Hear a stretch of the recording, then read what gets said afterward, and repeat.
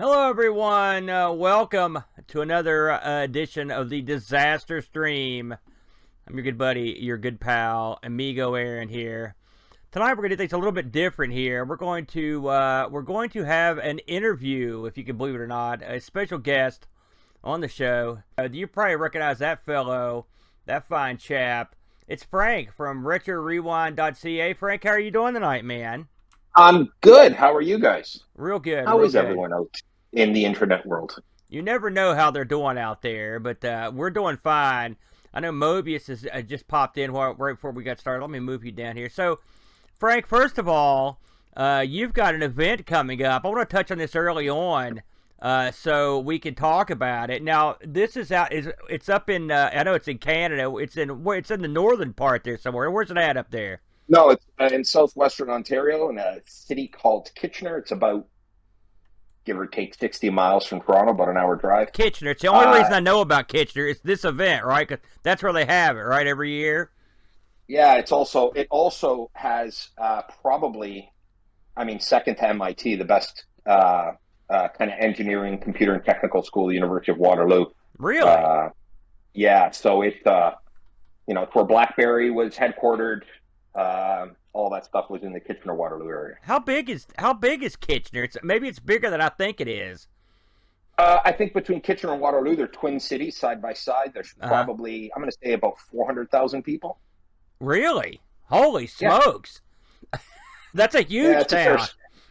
Fair size. I might be, or someone might want to fact check that, but I think each one's probably got 200,000 or pretty close to it. I was thinking something along the lines of like Charleston. I didn't think it was anywhere that big. So that's a massive town with a big university. Now this has been an annual event. It's been running for quite a while, right? Correct? Yeah, a few years. A guy in the community, Herc, started it. He started it right during COVID or right after COVID when restrictions were lifted. Yeah. I think people were just hungry for something. And it was a huge success. And then the following year, he did it in this beautiful barn, which I think you showed some of the pictures during the stream earlier today. Yeah, that looked awesome. Beautiful barn. Yeah. It did. It was quite warm because it was a barn in the middle of summer. So that was an actual barn. I thought it was just something that was supposed to look like a barn. No, it's an old heritage farm that is available to the community. And this year he's gone beyond that and gotten an old department store. So it's pretty neat. He always comes up with very creative and unique venues, and he's a good friend, and we love supporting him. What kind of attendance do you expect that something like that to draw up there, especially given the amount of people you could draw from up there? I mean, I'm not sure if Herc or Justice is in the chat. He said he was going to join us, but last year there was easily a couple hundred people that went through, easily. Oh, wow. And it was only a one-day event for 5 hours. And this year they're doing 2 years, right? 2 days, yeah. This year we're doing 2 days, and I expect the attendance to go up even more. Yeah, I would imagine so, especially after seeing Rabbi's event over there in the UK take off like that. People are getting back in the swing of going out, and they want to get into their hobby again. And, of course, if you're an Amiga person or even just an old school computer person in general, you sort of have to pick and choose where you can go to have fun doing your thing. But it's good that events like this are popping up again. You know, it's amazing to me that a place like, because I mean, how many years you said this has been going on up there? For World of Retro Computers, it's the third year. This will be the third year. The third year. So that it's amazing to me that places, for example, it's like funny that London didn't have really an event at all of its own. And in a place like, up there in Canada is going to have a very successful third run at it. So it just goes to show you that it's funny how the attention of these different computers is really sort of scrambled all over the globe in a weird way. You got a patch of people here and you got a patch of people there. So it's kind of nutty. Now, before I move away from this, before I forget, we'll also be doing the World of Commodore in December. And now that one's kind of premier event. It's been around for quite a while, right? That one.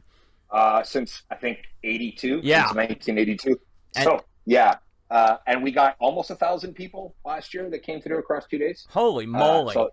It's a mainstay in the community. Yeah. Right? Now, having only seen you at Boat Fest and Cocoa Fest, Are you doing the same tricks at these big shows that you're doing at these small ones? Are you actually out there like working nonstop? Because I can't imagine servicing the amount of people that would be coming up to you at those events. No, I mean, if it's something that can be done quickly, we will. But anything that involves more troubleshooting and more complexity to figuring out what's wrong with it, we'll generally take it back. Like, I'm not lugging, scopes and everything else with me. That's just not happening. Yeah. The problem is I tend to get pulled around. So thankfully, people like Jason, Jamie, and Troy usually are the ones manning the table while I'm just answering people's questions. I did notice you getting jerked around all over the place. Everywhere we went, the last couple of these, you've been in and out of the picture nonstop. So I can imagine what it's like in a huge show like that. I want to back up a little bit because, of course, I've known you for a couple years now. But a lot of people probably don't know about the colorful way that you sort of got into the hobby. Aside from the fact that you're just an old guy, just like I am, and so you sort of grew up in it. So, like, what was it that got you in to computing back in the day, and then what did you grow up using? So the very first machine I ever owned was a Coco 2. Now, in the city of Toronto, in the greater Toronto area, the majority of kids had Commodore 64s. And unfortunately, my dad was pretty clear and said, listen, you want a Commodore 64? We need to sell the Coco. That's just the way it is. Yeah. And the driving factor behind that is, much like you've said before on stream, I was a bit of a dirty pirate, and every kid in the schoolyard had a C64 and not a Coco. Yeah. So it was really hard to come across cool new things. So I regrettably sold the Coco at that time in order to get a used Commodore 64, which was the first machine that kind of really got me deep into technology. The fact that, you've got this box and you can actually command it to do stuff was miraculous for its time. I mean, we take this stuff for granted today. I mean, my smartwatch is about 1,000 times more powerful than that Commodore 64, Yeah. But it was just the fact that, you could do this type of stuff, and the games library was just insanity. And that built, honestly, a lifelong passion for technology. You mentioned that you guys sold your Coco to get the C64. I think a lot of people, especially younger people, don't get it. I don't know how your situation was, Frank, growing up, but when we got my first computer was the Coco 2. If you don't count the Odyssey 2, my dad got me thinking it was a computer, and that was an expensive computer because all computers were expensive. Period. And when you look now and you're like, oh, they cost $200 or $300, man, no big deal. $200 or $300 in like 1983 or 1982 is a lot of money. And modems and printers and all the accoutrement that you get these computers cost a fortune. So I'm guessing your pop was in the same boat that my pop was. When it was time to get the new computer, we had to sell the old computer to get the money to buy the new computer. Yeah, my parents were, European immigrants that came here in the early 70s. And, they worked their butts off in order to provide me with a decent living. And I never went without. I'm not going to complain. There was always food on the table, always clothing on my back, and always a warm bed to sleep in. But that was it, right? I mean, they worked in factories. They were just blue collar workers. I was telling my son who, every now and then, hey, can you put like $70 in my Xbox account so I can buy this? And I'd be like, I got one game a year during Christmas. That's what I got. Yeah. And that was it. There was no asking.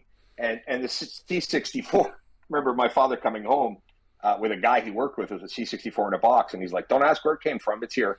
And he's willing to sell it to us cheap. Yeah. And that's the way it was. I mean, it was an upbringing that brought a lot of values and made me the person I am. But we didn't go without. Yeah. But like my parents took their first vacation. I think I was in university. Oh yeah. As an example. Yeah, right? yeah. So. And you were talking about being a dirty pirate. Again, there's a lot of connotations when you say something like that. But I mean, this is another thing. And I'm right there with you. I'd say we had pretty similar upbringings, Frank, because both my parents worked and the whole 9 yards. But when I was a kid, one of the reasons Dad bought a Coco was because a guy at work had one, and he knew he could get a bunch of software.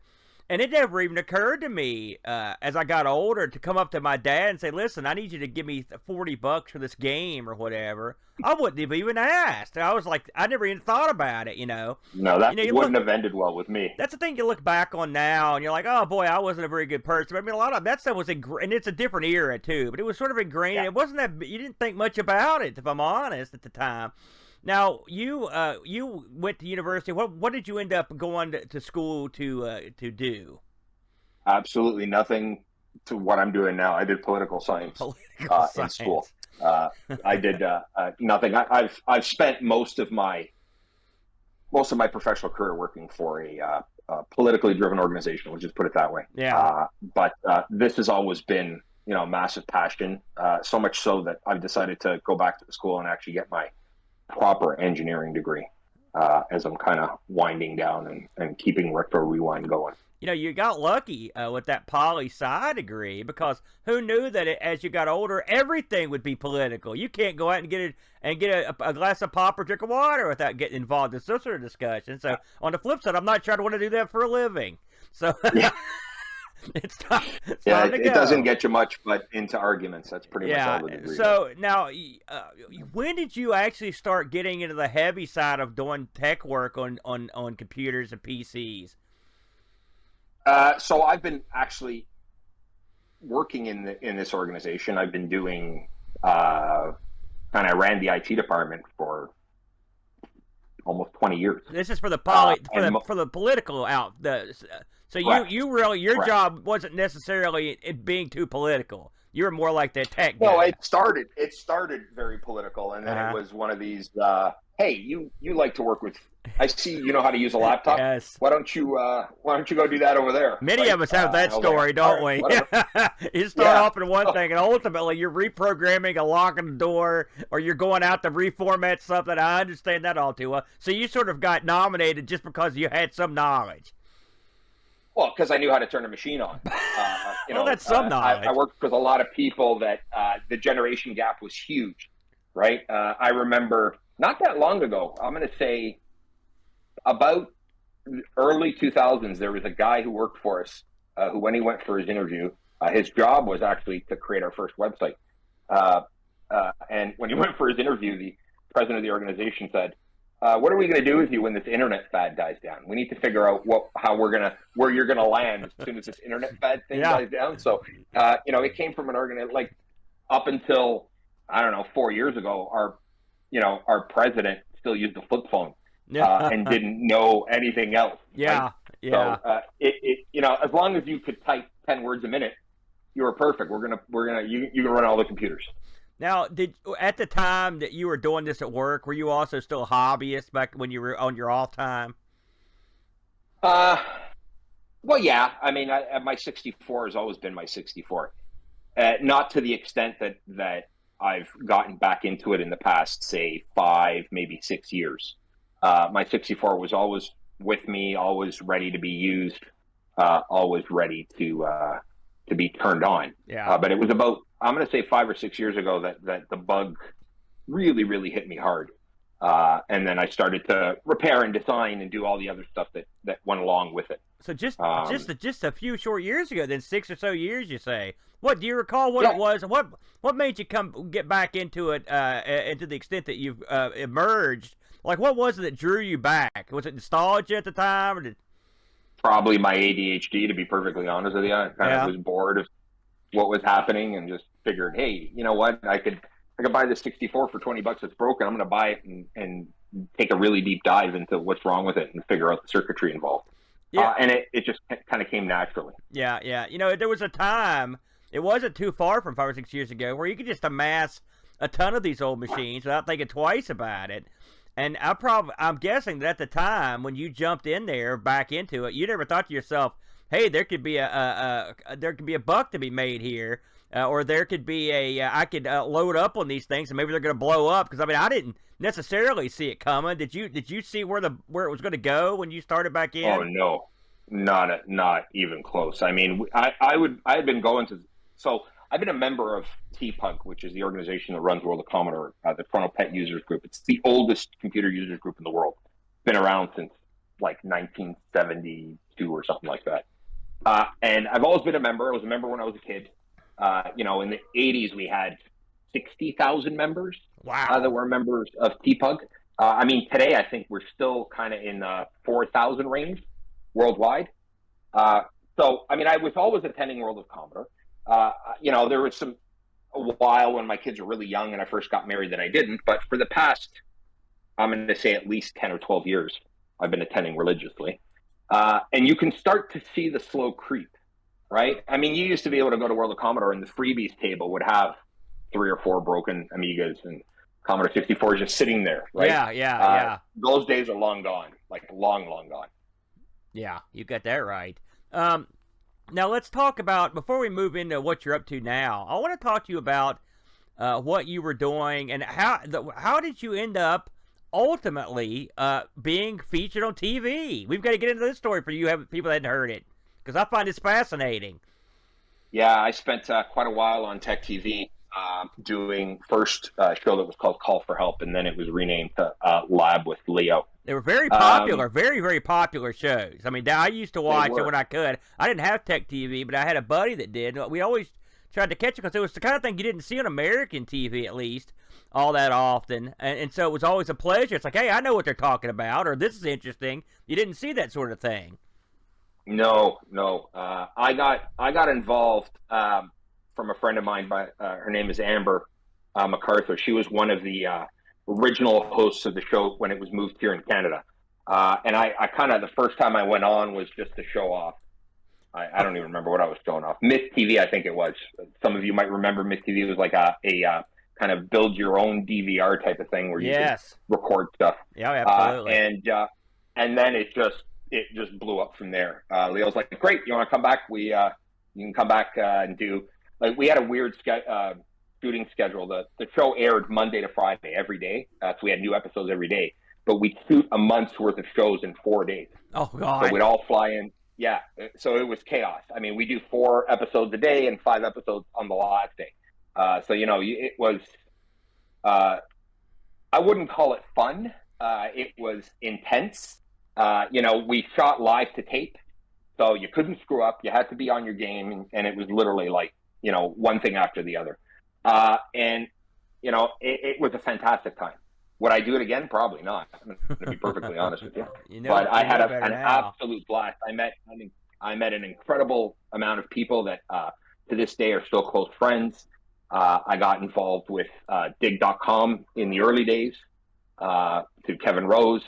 I got to meet, you name it, anyone in kind of that sphere. I maintain a close relationship with. And we did, I did probably 60 or 70 episodes in total. That was my next question. Now, of course, you hung out, you were there all the time with the cast. I've always found Leo to be a friendly fellow, a very knowledgeable guy. Was not to put you in a weird spot, but was he the same when you saw him off camera? Was he a good guy to hang out with, nice guy?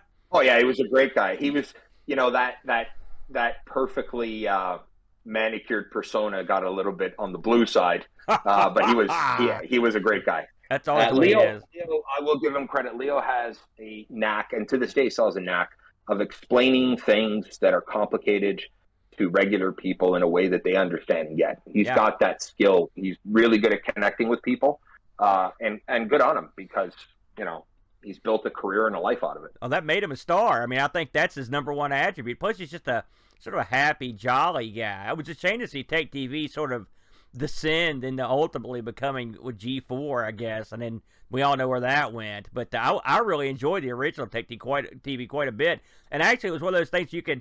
Of course, you got to think this is, we're talking way back, but you couldn't just flip on YouTube to figure out how to do stuff back in the day. This was I found it a very helpful resource for a lot of your more peculiar problems. And also, they would try more ambitious stuff on there that I never thought of, So I always thought that was a kind of a neat use of the show. And it was a shame to see it sort of fizzle out like it did. But I guess that's just the way these things go.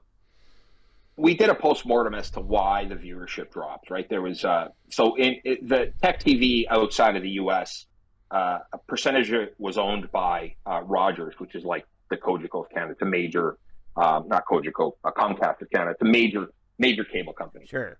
Because there's Canadian content rules, and that's why some of the shows are shot in Canada. So the head of production for Rogers had wanted to keep the channel going, and it was more about, why are we losing viewership? And that's the reason that ultimately the channel died. It's because the numbers just started to tank. And we came to the point where we were in that transition period where computers were readily available for people to purchase, but the average person wasn't buying one, right? It didn't become, for lack of a better term, idiot-proof to use. Today, I don't know anyone who doesn't have a computer at home, whether they actually know how to use it to its full potential or not. People work with computers all the time. So manufacturers started making computers for the masses, not for, the hobbyists, as it was. And once that transition started, you didn't get the questions about, how do I set my printer up? Because most manufacturers have made it idiot-proof. You plug it in and it just works, right? Back in the day, it didn't. You have to have drivers and know what LPT port you were on, blah, blah, blah. So once that started to happen, you started to see the computer, things like this and iPads and kind of general devices becoming everyone friendly. Nobody was watching. At that point, nobody was watching. I think you may have nailed it there with the post-mortem that you guys did, because we talk about this all the time. There was a time where just to own a computer, you had to be a fairly intelligent, fairly capable person. Just to have a DOS machine at home, just to put a new audio soundboard in your computer, just to put RAM in or do anything. And God forbid you change processors or update the cache or whatever, add an FPU or whatnot. I think you may be onto something there. And it's also, I agree with you that there was, I'm not gonna say it was dumbing down, but it was, make them more accessible for your average person. And your average person doesn't want to watch Leo do this sort of stuff, because they wouldn't understand what he was doing in the first place, and the rest of it they can figure it on their own. So you may be onto something there. And exactly. And the second, a computer dies on someone, they just go and buy a new one, right? I mean, they've become consumables at this point. You no longer are upgrading your motherboard and your RAM and your processor. Very few people still do that. This community does that, but the average person, 5 years hits the mark, out the door goes. Let's get a new one. That's a good segue here, because I was thinking as I was setting this up, I was like to myself, what items out there when I was a young man, like I've got in my house here, I've got some old TVs, I've got some old radios, and I've got stuff like that. And there was a time where every corner of your neighborhood, there'd be a repair guy, maybe multiple repair guys. There'd be a guy that could fix TVs and VCRs. There'd be a guy that could fix your toaster, or there'd be a guy that could fix your, work on your radio. And if you think about how many of those repair businesses have gone away, and one would wonder that if a computer techs would still be around if there wasn't such a renaissance for this ancient technology just to try to keep it going. It might have been all lost if you think about it. Because if you think about now, how many people can go out and fix a tube radio? Not that many, So in some ways, we're very fortunate that people kept an interest in these things. And it's funny that a lot of the people that are interested in them, a lot of them are the same people that bought them initially and just sort of never got over it for whatever reason. Yeah, I mean, manufacturers haven't really made I'm sorry, my dog, I think, is broken. He won't stop barking, so my apologies. I call that in dogs. Manufacturers really haven't made things that are consumer friendly and easy to repair in a very long time. Like, I mean, I grew up with a dad who, I could take a carbureted engine apart with my eyes closed and put it back together and fix it. My current car, it's nothing but sensors and ECUs and MCUs and computers. Yeah. So things were easier. TVs were easier. Radios were easier. Today, everything's just logic, right? I mean, it's once it goes, even manufacturers, I'm talking to you right now on the MacBook Air. If I took this into Apple, something broke. They ain't going to fix it. They're just going to replace the whole thing and give it to them. Yeah. Because it's become a consumable, right? Yeah, I think you're dead on there. Which it's funny you should mention that, because I want to move into your current project, which is RetroRewind.ca. Now, at what point did you stumble onto the fact that, like, hey, wait a minute, maybe I can get some action here doing a store and repairs? Like, what was the process that led you from just being a hobbyist to going into this as a side business?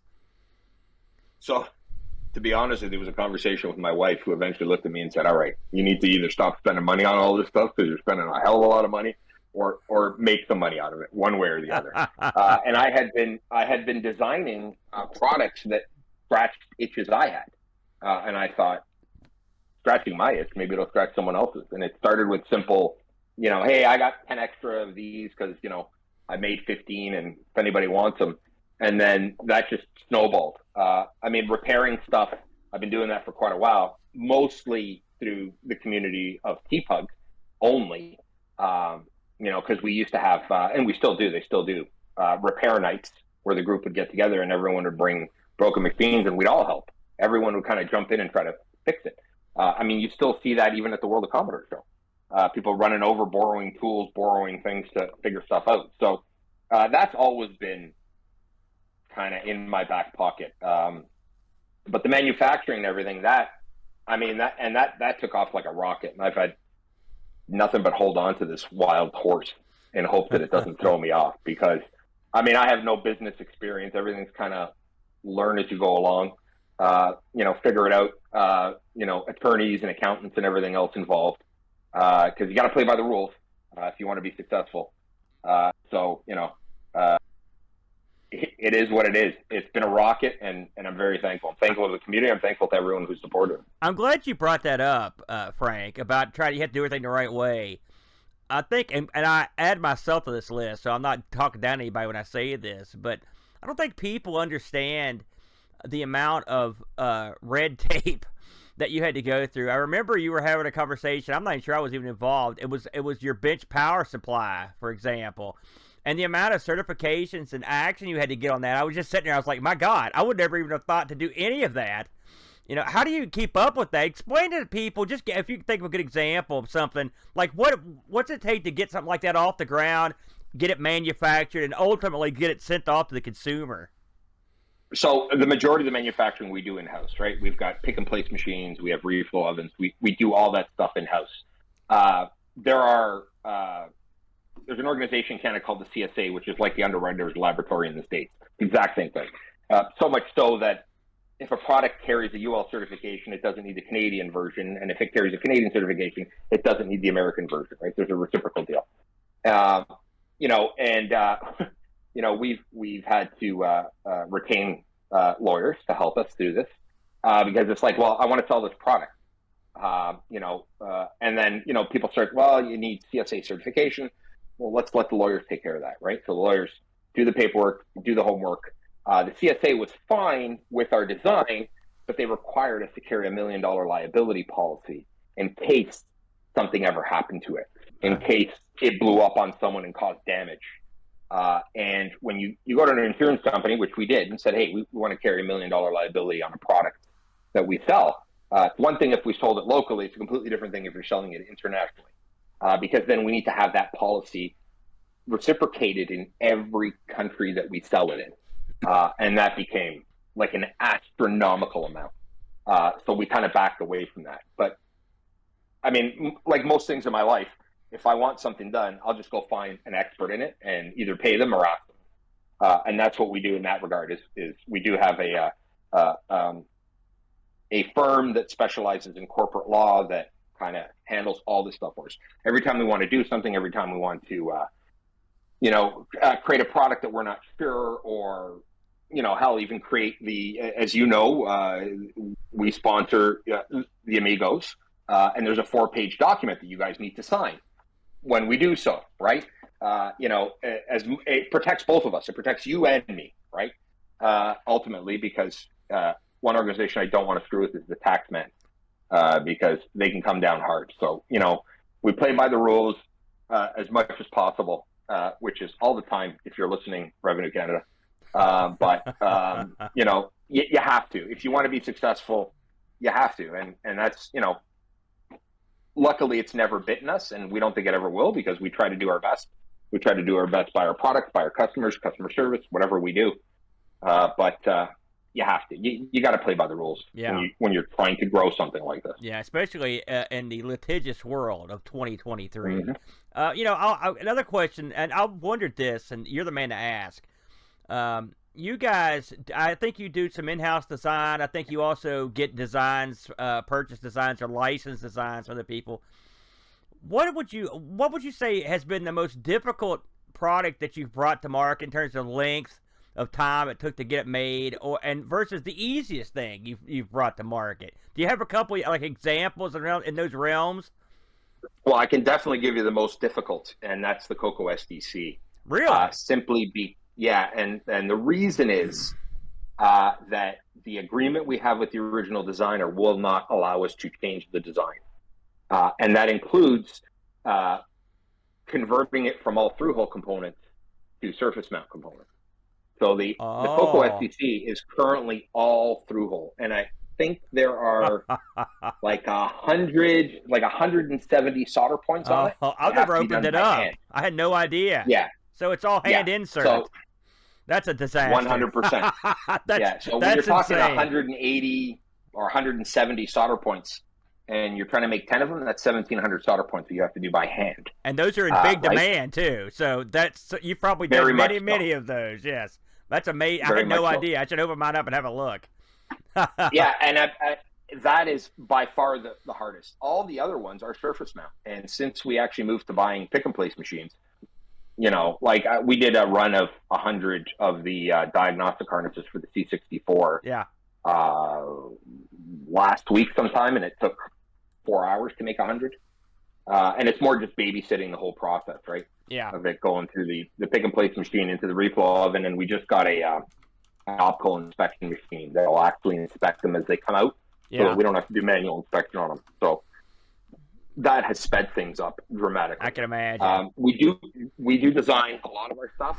A lot of our stuff we partner with designers, and some of our stuff we license from designers. We've always had this open door policy for people in the community that are designing things and don't have the ability to manufacture them. We'll work with them. We'll make them for them. Mm-hmm. Right? We'll make them for them and ship them to them. We do that with some people. There's some products that we make that we do not sell. Designers have come up and said, hey, can you make 100 or 200 of these for me, including all the components? Yep, we can. And off they go. So there's kind of two phases to RetroRewind. It's almost starting to branch off into two different directions. Kind of the business to business end, where we will work with someone and someone's got a product and they want to, they don't want to open source it, but they want to build it and they don't have the time or the components or the ability to do that. We'll do that for them. And then some designers we work with and say, hey, I know you've released this open source. We do not sell anything that is open source where we do not give money back to the designer, whether their license, gives us the ability to sell. Because, to me, that's not fair. Someone's put some work in, and I know how much work goes into designing stuff. It's only fair that they should be compensated for their work. Very good. So we kind of have this mix of everything. Very good. Now, let me just along the same lines. Was there anything that you designed or had designed that you had out like bam, like that, like a super quick one turnaround? It probably didn't happen that often, does it? Oh yeah, like maybe our like coin cell battery adapter that took 3 minutes to design and breadboard, but nothing. Most things.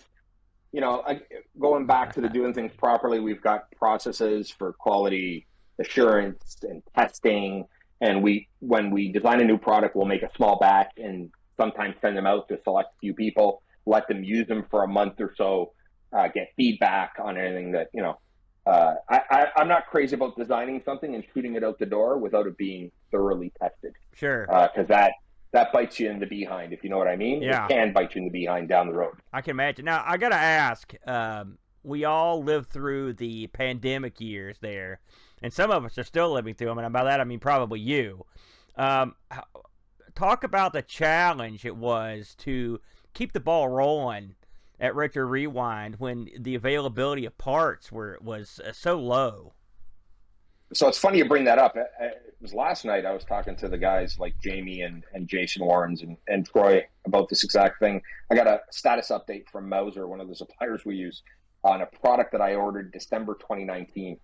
that will officially ship to me January of next year, as an example. Yeah. So we've still got orders out there that are outstanding. And trying to find parts during the peak of that was a challenge. We had to shelf some product because we just couldn't get the quantities we needed to produce, and we can get one or two here. And I really didn't want to just make one or two, put them up, and then people want more. Sure. We found a parts headhunter in Hong Kong that we work with. And I tell him what I'm looking for and what I need. And, he's off to the races looking for them wherever he can find them. So that's been quite successful, even for weird things like the SX64 that I brought to Boat Fest. The CRT in it was dead. Now, I know I could do the LCD mod. I didn't want to. I wanted the CRT. So I had this guy looking for this exact tube. And it took him, 4 months. And eventually he emailed me and says, hey, I found like 4 of them in these like security monitors. They're the exact same ones. So that was beneficial. Problem is, there's a huge price tag on some of these parts. Sure. When they're huge demand. Like the Kung Fu Flash, the MCU in the Kung Fu Flash. Normally we were paying $6 per, and to this day we're still paying almost 30 per, as an example, because it's still not caught up. There's still a backlog in certain places. That it causes grief, but we work through it. I mean, again, you go find the right person to help you and let them go do their job, right? Yeah. The funny thing is, if you're in this hobby, and you see these prices go up, I'd say 99% of people, they know the score. And a lot of times this is not the cheapest hobby to be in any way, but that pandemic really strapped on the added bonus cost. I've got to ask, since you mentioned it, you've got a guy that looks for this stuff. What's it like? Had you ever had any reason to make contacts in Taiwan and in China? It's got to be pretty interesting, or even sort of a bit surreal, to have these tendrils that you send out to get this information and to find the people to get this stuff. Is that as bizarre as it sounds, to have all this information? Where are these people you met on the net, or without giving away secrets? Like, where do you find these people? No, the law firm we use, right? So the corporate law firm we use specializes in international trade, because we sell stuff all across the world, and there's all sorts of red tape with exporters licenses we need and everything else. So, in having a conversation with our attorney at that time, I was like, listen, do you by any chance, and they reached out to a law firm in Hong Kong that they partner with, and they're the ones that found the person for me. It always goes back to, something my dad told me. When I want my taxes done, I go to an accountant. When I want my car fixed, I go to a mechanic. Right? You find the right person, and lawyers ain't cheap, but they do come through when you need them, right? So all our contacts overseas have all been arranged through the law firm that we use. That is really fascinating. Like, I would have never made that connection, just being a guy out in the street. So I find that quite fascinating. Now, I'm hoping you'll indulge me and answer a few chat questions here in a minute. Sure, absolutely. Before I send it over to him, though, I want to ask you, if I may, and this may be inside baseball here a little bit, but you've been, RetroRewind.ca has been around now for about 3 or 4 or 5 years, something like that. What's the, I don't know how. Coming up, we just had our 4-year anniversary. Like last month.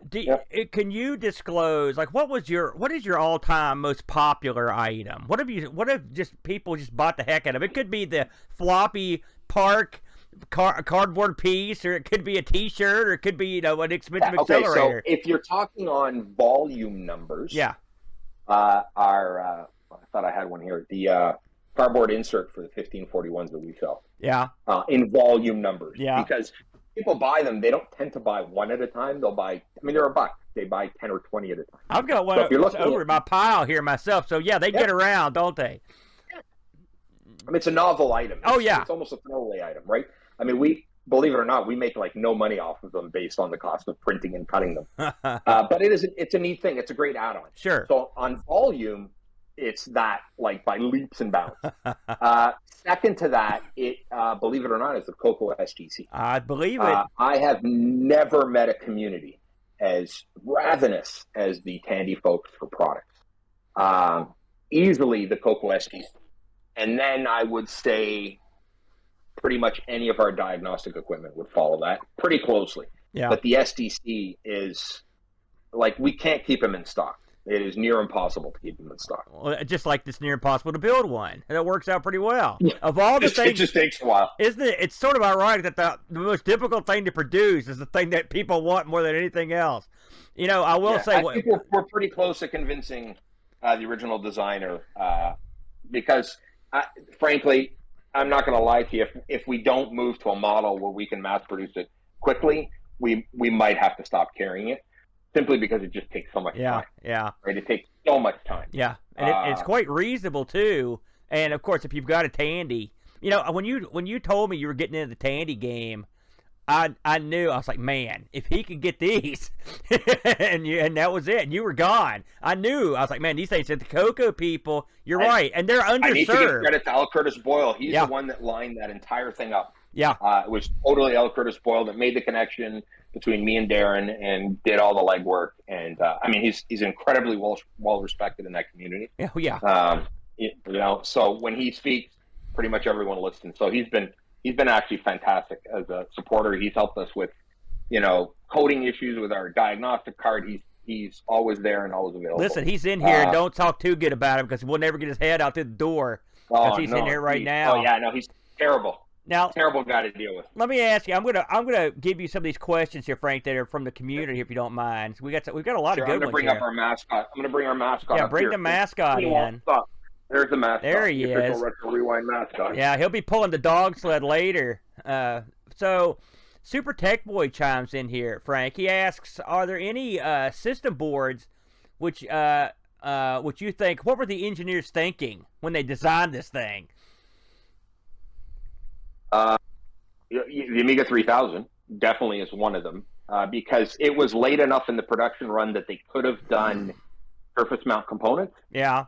And they didn't. Like 85 to 90% of the components are through hole, which forced them to use a 4-layer PCB, which makes troubleshooting, I mean, outside of having the PCB X-rayed, makes troubleshooting dead traces near impossible because of the multiple layers that are in that board. Yeah. Definitely the 3000. They did a great job packing it in, but it was just like, what were you guys thinking? There was you could have used surface components like you did on the 4000 a couple of years later. They didn't want to switch over the factory, Frank. They're cheap, brother. Yeah, well, I mean, according to David Pleasance, when I talked to him about it, it wasn't that. It was just simply that they could produce the through-hole components cheaper through Moss. Yeah. Moss didn't have the facilities yet. He would know. To make some of them, right? So it's all about the dollar, the dollar bill. Now, you're not the first person I've heard say that about the 3000, by the way. I think it's an excellent answer there. Another question I've got here is, now you do a lot of, we didn't touch on this, but you do a lot of service, not just selling new stuff, but tons and tons and tons of repairs on people's personal computers. Oh, yeah. I want to get into that a little bit more in a minute, but the question that Tech asks is, what's the most difficult system to recap? You'd be the man to ask, and you've worked on them all. I wouldn't say difficult. Time-consuming would be equally the 2000 and 3000 because we have to do them by hand. They're all through-hole components. I mean, I'm not telling secrets here. You guys are always talking about how are we able to do these recaps so cheaply. You notice that 2000, 3000 are exceptionally more expensive than, say, a 1200. Simply because at 1200, we lay the paste down, lay the caps down, and put it in the oven. Yeah. And it's done, right? I mean, we start to finish, we can recap a 1200 in anywhere between 15 to 20 minutes. Yeah. Right? So it's not a huge amount of work. Where the 2000, I don't know, there's like 1847 microfarad caps alone that are through-hole components. I think there's 39 or 40 through-hole caps. They have to be done by hand. So they're a bit more time-consuming. They're not difficult. They're just time-consuming. Yeah. And plus, every time you pop one of those things, you never know if there's been any sort of leaking going on or anything in there. You never know what you're going to run into. On top of that, and those are both tough about that. So yeah, you do so much recapping. If you didn't have having worked on an assembly line like I did, I can appreciate having the special equipment that you have, what that adds to the process. Because without it, I would jump off many cliffs if it was me doing it. It makes life. It gives us the ability to do things as quickly as we do, to be Sure. perfectly honest with you. I've got one here from our good buddy Mobius.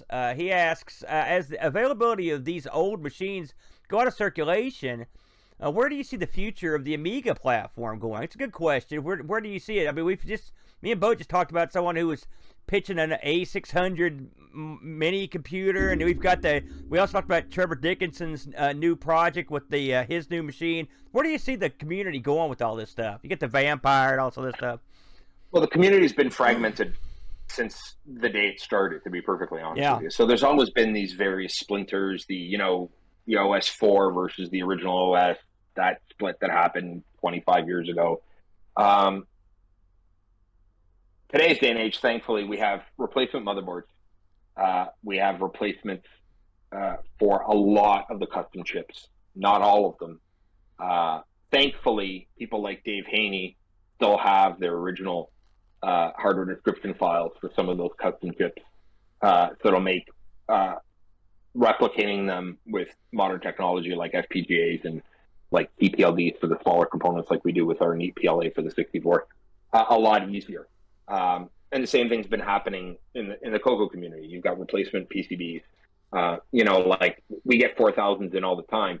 And it's actually, when we talk to customers, in the 4000, because of where the battery was, there's some significant damage if that battery isn't removed in time. And it's actually easier just to tell the customer, you know what, we should just transplant everything onto a new board. Because they're there, all your chips are fine. Yeah. We lay the stencil down, lay the paste, pull the chips off, lay the small passive components like the resistors and the capacitors with our pick and place machine, and then just manually place 6 or 7 custom chips into the oven. It goes, test, and you're done. And that tends to be quicker because at the end of the day, we charge hourly. So, if I tell you it's going to take 7 hours at $85 an hour to fix your old 4000 motherboard, or it'll cost you a third of that to just transplant it to a new one that's going to last you forever, you know how people go, right? Yeah. And you still have, some people argue, is it an original Amiga? Well, yeah, it is. To me, it is. It's 100% an original Amiga. It's just got newly manufactured components that are the same ones. Yeah. So, the Amiga's withstood a lot in 20 years, and I think it'll continue to withstand. Oh, look at the community around the PET. And the PET was released in the 70s. Yeah. And there's still a massive community around the PET. So, as long as people still enjoy this hobby, and you start to see young people. I met a guy at the World of Commodore who was like 17 or 18 years old and asked for help with a PET. And I thought to myself, are you kidding me? My daughter's way older than you. You actually know what a PET is? And that was fantastic to see that. And I think that's what we need more of. We need more, not just fresh blood, but young blood coming into this hobby in order to keep these things going. Yeah. I think as long as the community enjoys it, Mobius, it'll keep going. Yeah. You remember when we, at Bowfest, there was a kid there. Heck, none of us knew him. His name was 12 Gauge Mage. And he bought a bunch of retro stuff, and he was really getting into it, And I thought to myself, this is nice that we've got, in a room full of old people. Jason fixed his 1200 for him. That's right. The fact that this guy's got a 1200 in the first place, and he was from the double sticks, too, of West Virginia. But it made me happy to see a kid like that coming up. Hey, if we did anything at that thing, we got the kid on board, got him fixed up. That's plenty already. Yeah. So here, this is a very intriguing question here. Another one from Super Tech Boy, because you ship pretty much worldwide, Frank. What is the most remote country you've ever received an order for? Where have you sent stuff? I went through this with my wife not that long ago. We shipped to every continent except for Antarctica. It's the only continent we have not shipped to. And I don't know about remote. The most unique country is probably Eritrea in Africa.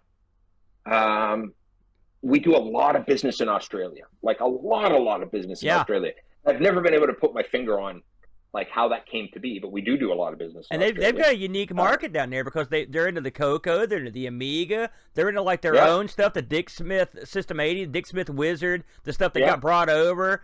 So I think they're a real oddball country, but they've got a lot of passionate, old school computer fans. So. Brady, what was that country? Euro? What was that again?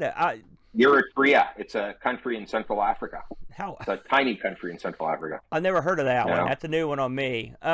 So, you put this guy over, and so here he's got a question here. L. Curtis Boyle chimes in. He says, and I'm going to read this verbatim here. As true retro machines get rarer and more expensive, have you thought about working with others to make new motherboards for various retro machines, or even duplicating a machine outright? Now, we just talked about this briefly with the Amiga. Now, I want to, before we get into Curtis's question, you mentioned Dave Haney. He was pretty, his notes and documents, they're pretty pivotal in a lot of these. I mean, he was a pretty big record keeper for the old Commodore stuff, right? So he was pretty important to the community in that department. I thought that's he also designed most of those custom chips himself, right? I mean, if you didn't have him in the game, it would have been a heck of a lot more difficult journey. But you're not going to have a Haney for every computer, let's say. So what do you think about maybe putting together some new Coco 3 boards, or putting together some new whatever boards you can think of? Have you ever thought about doing that? Yeah, but I mean, I put my business hat on and I look at kind of the return on investment. The Cocos never had the capacitor leaking or battery leaking problems that, say, the Amiga 1200 or 600 did, right? Right. So you tend not to see boards that have been destroyed, by no fault of the owner. Right, is the best way to describe that. Yeah. So you tend not to see that, and by not seeing that, you tend not to see machines that have been destroyed and need new motherboards. Right. Right. So I think to counter that, I think we need more of those custom chips worked on. That seems to be where the need really is. Now with the 3000 and not so much, the 3000, the 4000 on the Amiga side, and the C64 a little bit differently because the PCBs were just crap. The substrate material was terrible. They start to delaminate because of age. I don't see that with Cocos. I've never seen a Coco board delaminate. Yeah. They use good quality substrate when creating the PCB. There's no battery inside of it, so you don't have to worry about that. None of the caps, were of the generation that leaked, whether they were, stolen formulas or whatnot. So I tend not to see boards that get destroyed. I think if we work on the custom chips first, then you can do stuff, because recreating a PCB is easy but time consuming, right? Sure. I mean, you sand it down, you remove the mask, you look at the traces, you photocopy it or scan it, you can redraw the traces by hand, like most people have with the C64 replicas and the Amiga replicas. But the custom chips, I think, are what really, because once those die, it doesn't matter if you got a new PCB. There's no replacements for it. Your computer ain't going to work. Right. I think working on the custom chips, like getting the new Gimme X back up and running, and getting some of the custom Motorola chips inside of the C60 or inside of the Coco recreated, which will be a bit difficult considering Motorola is still around and they might have a problem with that. But recreating a Coco PCB isn't a big deal in the long run. I just don't see where the demand would be for buying a brand new Coco PCB. Right? I think you're right on. And first of all, I agree. The Coco, all the Cocos right across the board seem to be a pretty well-made set of boards. And you're also talking about something that doesn't generate a ton of heat. Doesn't have a lot. Like I said, they were horrible capacitors, which have ruined my life and yours over the years for my various jobs.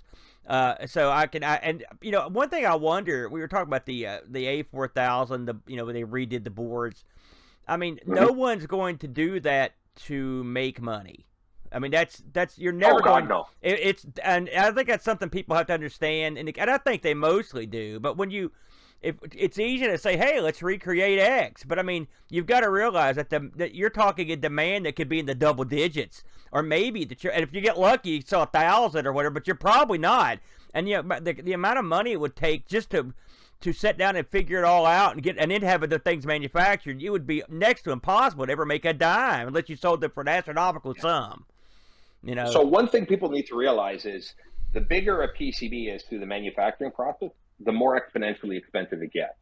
You see things like PCB weighing. It's like $5 for PCBs. Yeah. But if you look at the fine print, it's like the PCB cannot be any bigger than 4 inches by 4 inches. If you went to PCB with the Gerber files for an Amiga 4000, and the minimum order you can do is 5, you're going to be paying about $80 per board to be made, right? Because it is a lot of setup time to make a PCB that big, right? There's a lot of setup time, a lot of testing that has to go on. And it's a multi-layered board. They can't do it at their usual, here's 5 PCBs for $5, because the ones that they advertise are only 2 layers and are about this big. Yeah, right. I mean, it's fine for prototyping, but when you start to get into that area, in order to actually get a price break, you'd have to order like anywhere between 40 and 60,000. And I could order 40 or 60,000. Even if I ordered 40,000 Coco 2 PCBs, I'd have them in stock for the next 450 years. Yeah, absolutely, right? Absolutely. Yeah, it's funny. Let me ask you. This is just an opinion question here, but when you look at, I mean, you were talking about transplanting all the stuff off the 4000 board onto a new board, something like that. I mean, and that in itself is a undertaking, to say the least. There's a lot of swapping in there. But pretend there is no 4000 board. Let's say you've got a 3000 or whatever, something that doesn't have a board. Mm-hmm. We're going into the realm of where we've got the ability to take an FPGA or a series of other chips, and because there's Jerry Ellsworth's C64 on a chip or Atari on a chip. Eventually, these things get boiled down and something like that when they can.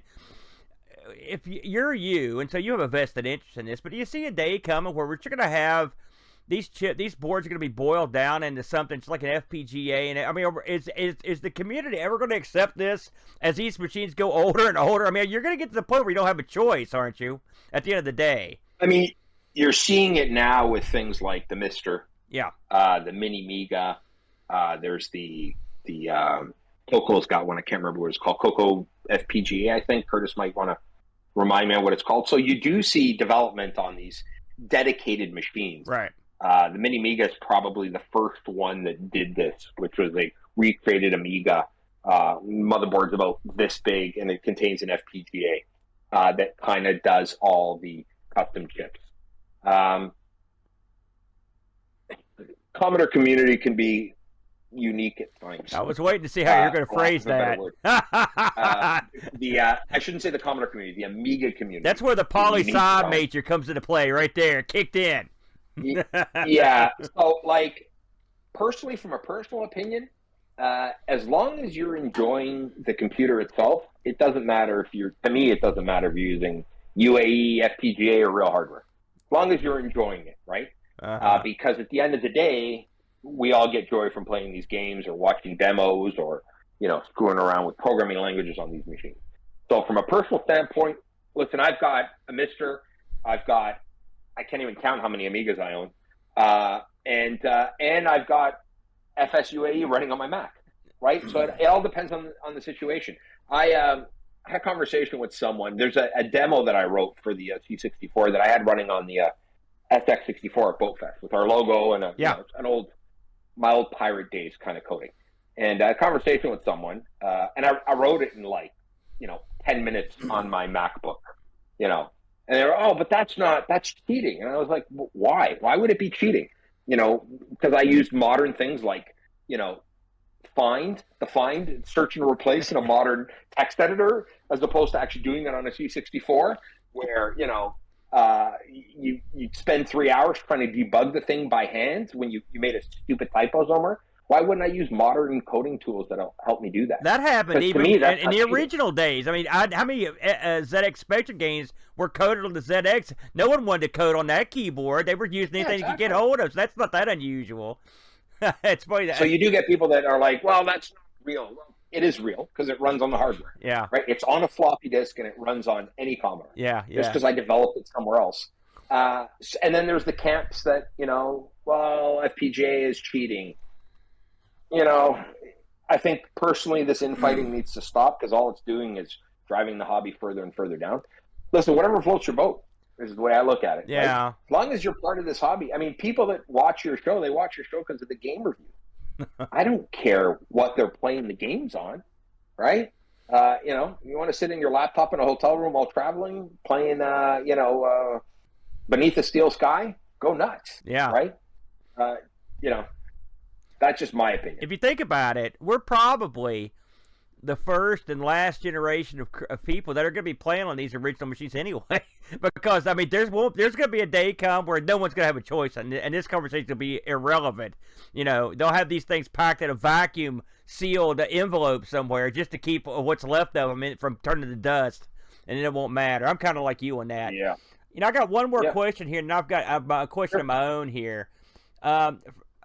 A fellow asks, and this is interesting since we just talked about it. Do you have any videos? Do you have a YouTube channel? I'm not even sure. I think you do, don't you? You don't have any at all? So you don't have. No. You don't have any videos of you, the process of repair. Someone asked what thinks that would be interesting to see you actually the process of repairing one of these things. I mean, we've seen guys like Chris Edwards. Or Doug, or some of these other guys do that. But I mean, I will say none of them do it from more of a factory perspective, like using ovens and whatnot, like you're doing. Neither ones I've seen. You ever thought about doing a little video of your process, or maybe how your factory looks there? We can, yeah. I mean, I never thought about it. That might be kind of fun. Now, I mean, personally, I think it would be a bit boring simply because most of the stuff is automated. That's That's the editing right there, pal. It's some music back there. You're good to go. Yeah. I mean, like the repair, I'm not going to lie to you. If I'm like looking for a dead trace, or if I'm looking for a trace that's burnt or broken, I'm going to take it up to the PCB house that we use and ask them to x-ray it for me. Yeah. I mean, I need to minimize the time, right? And Chris is fantastic at what he does, but he does everything manually. Yeah. Which is fantastic. If I did everything manually, people would be waiting 3 years. Well, he's nuts, too. Right? There's also that. He's out of his mind. Yeah, he is. He's crazy. He's bonkers. He's also very dedicated. And you know what? He's very, very knowledgeable. Because me and him chat privately all the time about this stuff. Yeah. But it's just easier. It's the quickest way. It's like, I'm not going to sit here and like trace this thing out by hand, or, like use a logic pulsar to figure it. No, I'm just going to, hey, x-ray this for me and use your software to figure out where the broken trace is for me. Oh, it's right there, Frank. There you go. Thanks, guys. Yeah. And then, the job's done. I know what I need to fix, and then I go ahead and fix it. But yeah, you know what? I think maybe I will put some GoPros up and kind of walk through and create it like just a process video on, maybe repairing a 64 or something simple like that. You do a montage. You put the theme from Karate Kid in the background, and you're done. That's all there is to it, Frank. That's how we operate. I'll be catching 805 resistors with a pair of chopsticks. That's right. And it's funny. People, I think to myself, watching people repair stuff, because I do a little bit of repair now and again, and I do a lot of computer work. And I think to myself, I've had people have me come to their house and work on their computer. And you just sit there, sort of pounding away. And this is a lot of the same way repairs. I thought to myself, who would want to see this? It's like I picture myself being videotaped working on something. It's so boring. You're right. It has to be pepped up. But at least you have gizmos and doodads that your average person wouldn't have seen, which make it a little more interesting to look at. Yeah, we have tools that there's a standard process when we're diagnosing stuff, right? Depending on the machine. And that process is pretty standard, and we have it documented in our kind of standard operating procedure, so that anyone who's working on it knows here's the procedures that you should follow. To me, they're boring because like Josh Malone is fantastic at this. When he does his streams 48K RAM, and he's trying to fix a machine, I know that he could do that what he's doing in 10 minutes, but he drags that on for about 2 hours. He's talking to people. He's answering questions. He's looking for parts. Yeah, exactly. So I love people like Josh and Chris and what they do and how they document it. I fear that it would just slow us down, right? Sure. But I will. Oh, yeah. You have my word. I will document one machine. There you go. That I'm working on, and kind of show everyone the process we go through. I'm not sure if the PCB house will allow us to film in there to get the X-ray, but I'll ask. I mean, we do a lot of business with them, so there you go. I'll ask to see if they'll allow us to do that. Well, that might be kind of neat. Now, listen, I got two things to talk to you about, and then we'll let you get out of here. The first thing I've got to ask is because this is mandatory, and I almost always ask this when you do ICC. But what can we look forward to in the next say 6 month to 8 month period here? Is there the new hotness coming, or is there something we've been waiting on? What do you got cooking that you could just give us a little tidbit on, or maybe it's coming out or it's out now? It just came out. There will be a audio product that is a joint venture, hardware from us, software from Nick Marentes for the Coco. Yep. That is currently in its testing phase. I've got pretty much all I can. I've got a little inside baseball on this because Nick has been dabbling with some stuff over the years, so that is very exciting. And he's not the only one, so that is very exciting. We are working on an audio product that I think will revolutionize the Coco as an audio machine. Directly with Nick. Nick is writing the software. We are creating the hardware, and it'll be a package deal. You need the software for the hardware, obviously. And this is kind of honestly, it was his brainchild initially. And after conversations, I kind of took the gauntlet and ran with it. And it's going to be an interesting thing. And I think it'll be a successful thing in the Coco community. The Coco people are probably going to lose their minds because I'm telling you, you get something out there, and you know how they are. And you couldn't have partnered with a better guy because we both know Nick. I don't know him real well, but I know him casually. But one thing I do know about Nick is his games are great. He's he's good to go. No, he's a fantastic coder. He knows how to do it. So that's awesome. I'm glad to hear that. Now, and even like looking at the alpha versions, maybe would be the best way to describe it of the software right now. Yeah. Unless you were told that this thing was on a Coco, you'd never guess that it was on a Coco. Oh man, which is fantastic. It's mind blowing that the stuff he can do with that machine. Well, I'll say what I've been saying since I started finding people that listen to me. If you don't have a Coco, brother, you need to go out there and get you one. Now's the time. Get them before they're gone. Buy them up because those Coco 3s are going like hotcakes. Now, I interviewed a slew of people at Boat Fest. Like I said, I missed you guys.